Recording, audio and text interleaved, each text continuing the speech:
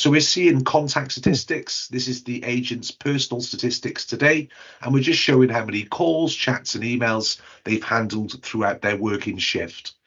We've got a weekly performance visual, a little bit of a look over the shoulder, and that's showing the agent how many interactions they've handled throughout their working week. Interestingly, with Omningage, you can introduce voice of the customer.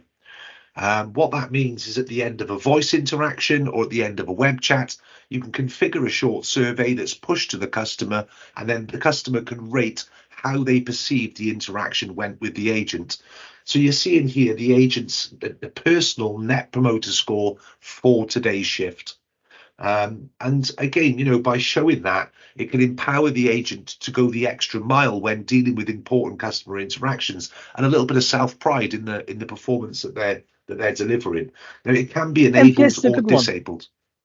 NPS is quite a good one because it's the easier one, isn't it? It's one question, right?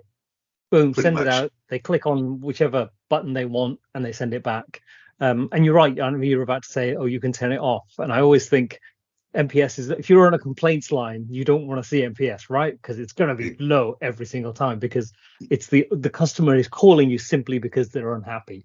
I don't know if there's such a thing as a complaints line exists anymore. It kind of reminds me of like a 1950s thing. Picking up the phone, going, complaints department, can I help you? I'm sure it probably does somewhere in the contact center environment, but you're right. Again, you can enable it, you can disable it. What we don't want to do is shatter the dreams of the agent, of course, and demoralize them. So with that in mind, it can be enabled or disabled, but great to understand the voice of your customer. So on the main dashboard, you can see it here.